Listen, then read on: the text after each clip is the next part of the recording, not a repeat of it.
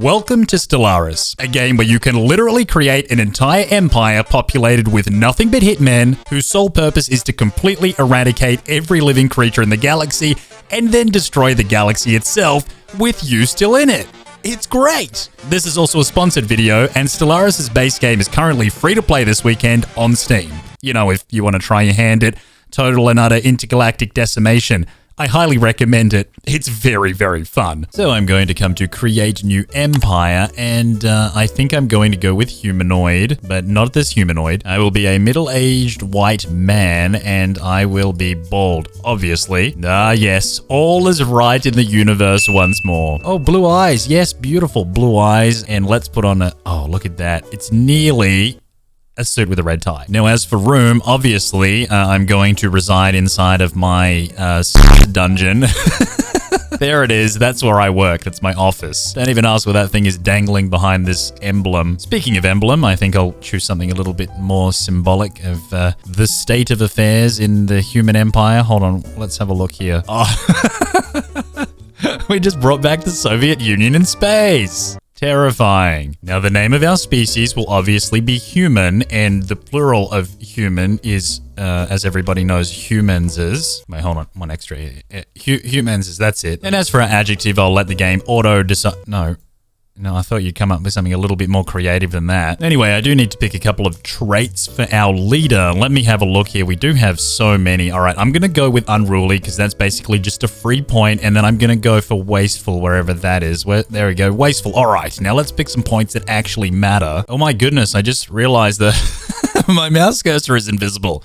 That's not good. Aha! It's back. And I think I'm going to go with intelligent. That gives me a 10% boost to all of my research. And ingenious. That gives me a 15% boost to my energy credits. And lastly, I'm going to go for enduring. That allows my leader to live for an additional 20 years. As for the human race's origin story, I'm going to go with subterranean, which I think is part of the new Overlord DLC. If it's not, I'm sorry. This is terribly embarrassing. But if it is, awesome. We're basically cave-dwelling dwarves that live underground and apparently have uncapped mining districts, which should mean uncapped income, though I haven't actually tested this yet. As for the appearance of our city, it kind of feels like a little bit of a moot point, considering we're underground and none of these really apply to us, but let's go for, yeah, Necroid. Yep, undead all the way, baby. Now, our homeworld is going to be called Crack, and our star name is going to be called Cocanus of the Sol System on a planet that more or less resembles Earth. And this, ladies and gentlemen, is where things get really fun. You see, we get to characterize what our ethics are like, what our authority is like, and what our civics are like. And obviously, we're going to go for some kind of militarily oriented, warmongering society that lives underground and only pops up when they want to commit mass acts of xenocide. So this one's good. It allows us to use the no retreat war doctrine that gives us a 10% increase in fire rate. Or we could just go for Gestalt consciousness that gives our ruler immortality.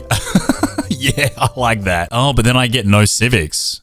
Oh, I don't like that. All right, never mind. Let's go with fanatic militarist and also authoritarian. Then for authority type, we're going to go with imperial, which allows max influence from power projection. Then for civics, I think we're going to go with distinguished admiralty that gives us another 10% of the fire rate of our naval fleet. And we're going to go with reanimators that basically gives us the ability to perform necromancy and resurrect dead enemies into undead warriors that we'll use in our own armies. Now, we need a good empire name. I think we'll go with something like Intergalactic Hitman of the Empire of Crack Cocanus. No, wait, hold on. Intergalactic Space Hitman of the Empire. Yeah, that's good. And then our adjective will be space...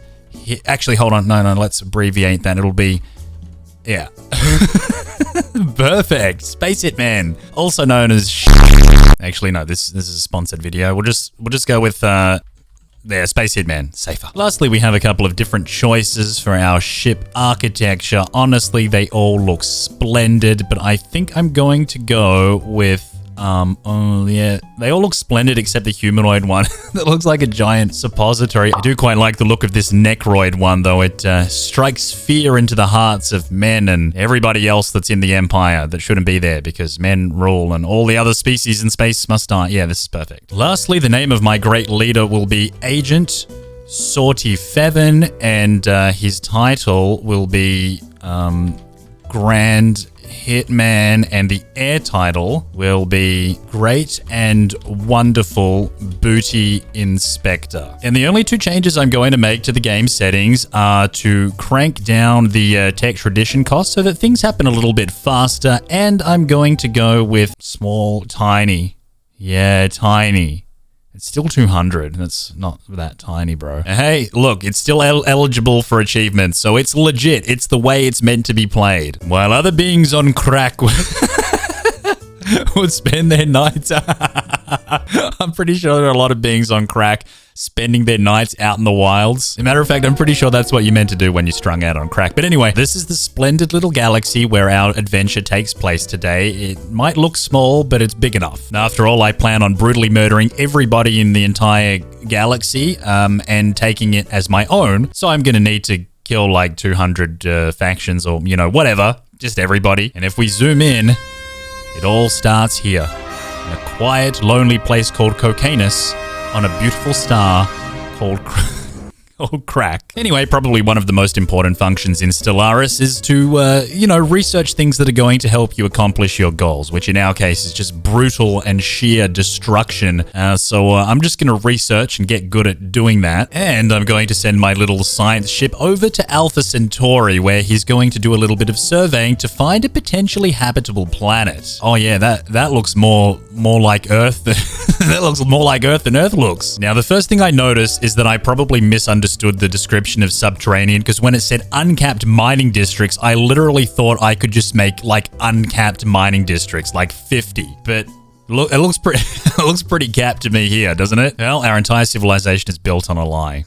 That's great. It's up to you, little science ship. Fly us into Alpha Centauri and find new life and new hope for the human race. Oh no, you're flying awfully close to Proxima Centauri. It looks quite hot. You should probably beeline it to the... Now, this is where things get saucy. You see, we come into traditions and we get to select something that's going to be an integral component of our civilization. I like to start with supremacy, which basically allows me to bombard the living crap out of other civilizations, species, planets, and basically rendering them into ginormous pieces of shattered rock in space. It's really great. Are you sure we wish to adopt the supremacy tradition? Yes. Overwhelming force. Ooh, that sounds nice. Another 10% increase to ship fire rate, and orbital bombardment damage increased by 20. Oh no, we've just discovered alien life.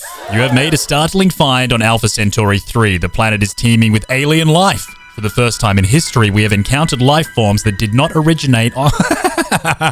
Now, because our science ships have finished surveying Alpha Centauri, I think we're going to build ourselves a star station so that we can claim this as part of our empire. I think I'm going to build it right around this ginormous star. What could these two ginormous stars, what could possibly go wrong? It's got really good air conditioning. It'll be fine. There she is. Look at that. Absolutely terrifying, with a beautiful view of the sun. Literally right outside the window. So now that we've fully maxed out the supremacy tradition tree, we get an ascension perk, and I'm going to go all the way to... Oh, Lord of War. Oh, I like the sound of that. Some say war is bad for business, but war is our business. Ooh, saucy. But I think I'm still going to go with transcendent learning first. That gives my leader a 2-level cap increase and increases his experience gain by 50%. I'm not going to lie though, it is kind of strange that this far through a playthrough I haven't encountered any other alien species. Maybe it's literally just me, and it's up to me to, conquer my own demons and take over the galaxy for myself. All right, well, it's finally happened. News of an alien ship humming through the ether has reached Crack. But let's first see if we can establish some first contact by sending one of our envoys to investigate. Looks like the kind of creature we can have a good chat with. They look like they probably don't have arms though, so I'm pretty sure everything's gonna be okay. Oh my goodness. What in the world is that? Dare I ask, what is to be our fate? The Shroud allows us to perceive events which have not yet come to pass, and this knowledge shall help guide your course. But it is beyond the power of any one event to alter the turning of the galaxy. I don't know, man. That sounds like a whole bunch of sacrifice, but apparently it's just going to cost me 600 energy credits and a little bit of influence, so yeah, I'll do it. That's it? What? I think I just got ripped off. Oh, what? How in the world did you manage to intercept my communications relay, cockroach man? What do you want? We are a democratic nation committed to upholding the individual freedoms of our citizens.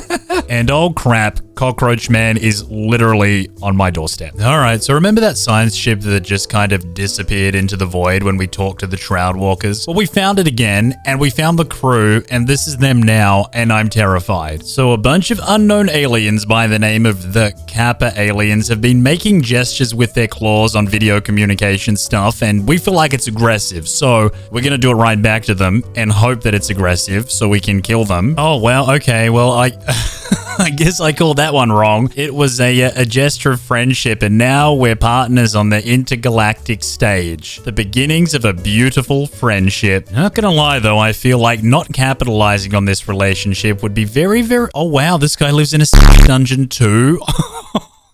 Mate. Alright, well, this is exciting. It seems like we've got our first little bit of intergalactic space... laser show. I don't know what it is. A bunch of pirates have just wandered into my sector, and I'm showing them who King Dingaling is. I think it's me. I also think I'm about to have an epileptic fit. I should probably just zoom out a little bit and watch from the sidelines before I do. Why am I drifting to the right? I don't know, and it doesn't matter. All that matters is that I want... What the heck is that? Pirate Station. Oh, no. Intergalactic Hitman, Space Hitman. So now that we've completely filled out the Supremacy and the Unyielding and the Expansionist Tradition trees, I can unlock... Oh, what the heck is this? Become the Crisis. Oh, that's...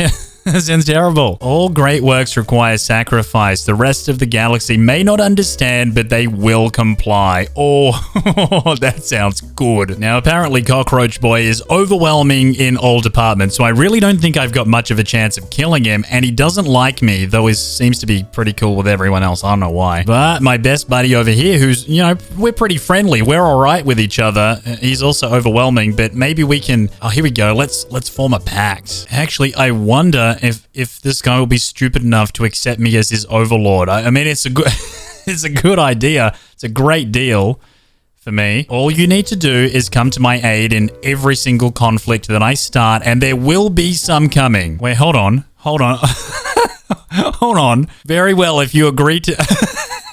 That's not what we agreed to, bro. All of the dumb fights that I start, you and your dungeon are coming to my aid. I love it. Wait, hold on. Wait. Our allies are about to declare war on us in 3 years. Hold on. Wait, what? Yeah, okay. This doesn't seem to be going splendidly. What happened to my, 80%... Piss off. What happened to my, 80% increased fire rate BS? Come on, Laser Light Show. Wipe them out. It's those frickin' battleships, man. I'll tell ya. They'll get ya. Every time. Except when they don't. But even when they don't, they do. Alright, let's just speed it up. Get it over and done with. Rip the band-aid off. Kill me. お前はもう死んでいる。何? Alright, so admittedly I failed the endgame of this video 3 times, and now I've come back 3 days later and decided to try again. And I'll take the fact that the first alien species I encounter is a giant moth with arms as a very good omen. Also, I decided to do it on a little bit of a bigger scale this time around because I felt like the small map was underwhelming, but if I failed the small map twice, I don't really know how I'm gonna do it, okay? Okay. Alright, well, I don't know what happened, but every single alien decided to pop out of their gas-filled cloud and say hello. This is what we're dealing with. There sure are a lot of them. Actually, you know what I might do to speed up the whole transport process? I'm gonna try and build the new hyper relay that comes with the brand new Overlord DLC that just released. I haven't actually tried it yet, but I'm curious to see if this bad boy right here is gonna make it possible for me to jump multiple systems in one go. But if you can, that would be an absolute game changer for a really slow-moving naval fleet. And now I'll fly all the way back to Cocanus, and I'll build one right next to the planet Crack, and it does absolutely nothing, which I assume means that I actually need to build one on every single adjacent space all the way to the final destination, so I'll need one here, and here. But in the meantime, let's get this battle underway. Oh baby, it is looking hot, it is looking heavy, it is looking bright, my eyes hurt, ow. Is this normal? Anyway, let's just go to this starbase and beat the living crap out of it. Let's pulverize it, boys. Oh wow, there's 2 of them. Crap. I think this is the only one left. The giant floating space destroy it where it stands, engulfing it in red laser beams, and bada bing bada boom. Dead. All right, so now we've got this hyperlane system that goes all the way from the bottom right up to the top, and theoretically, we should be able to get there much quicker than we could previously. So let's take our military vehicles. Okay, look, it's got that blue line. Blue means fast. Everybody knows that. That's why Sonic's blue. Whoa, look at him go. Holy flip. Now, this will probably come as a surprise to both of us, but I'm actually pleasantly surprised with my third attempt at destroying the galaxy. I mean, this time it's way bigger. There's a lot more opposition, but things are going really, really well. Watch me die now. Now, I just realized that by picking the Become the Crisis Ascension perk, there's actually this crisis function built into the game where depending on how many crises you cause in the galaxy, you kind of get perks like damage versus star bases when you get to level 2, war exhaustion minus 75%, and at level 3 you get Armageddon bombardment stance. At 4 you get ship weapon damage 50%, which just sounds unreasonably overpowered. You also get a tremendous reduction to ship upkeep, and then at every single rank you get access to a new upgraded form of vehicle. Okay, this is it. It happened. We did it. It's done. Our research has progressed. Shut up. Nobody cares. It's done. Look at it. Oh my goodness me. Okay, well, let's go and use it now and have the whole thing be destroyed in front of us so that we can be miserable and depressed. Is that us or them shooting? I don't know who's shooting who. Hopefully, I think that's them with some... What? Piss off. I think that's them with some long distance laser beams. Hopefully it's done nothing.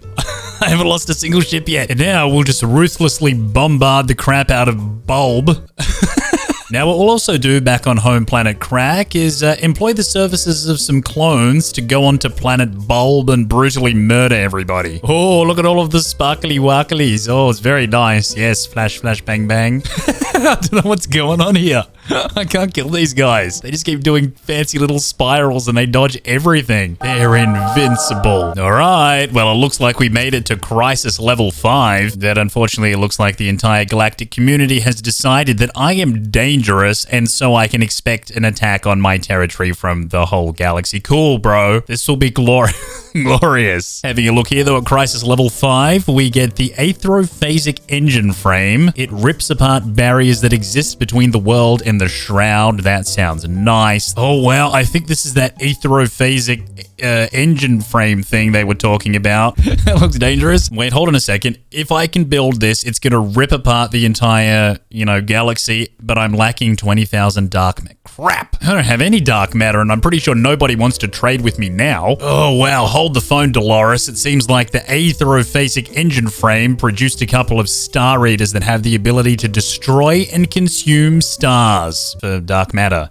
And then I use that to destroy the world. I mean, the galaxy. All right, so here come the Star Eaters. Now let's crack the star. Oh, wow. I have a feeling I probably shouldn't be doing this.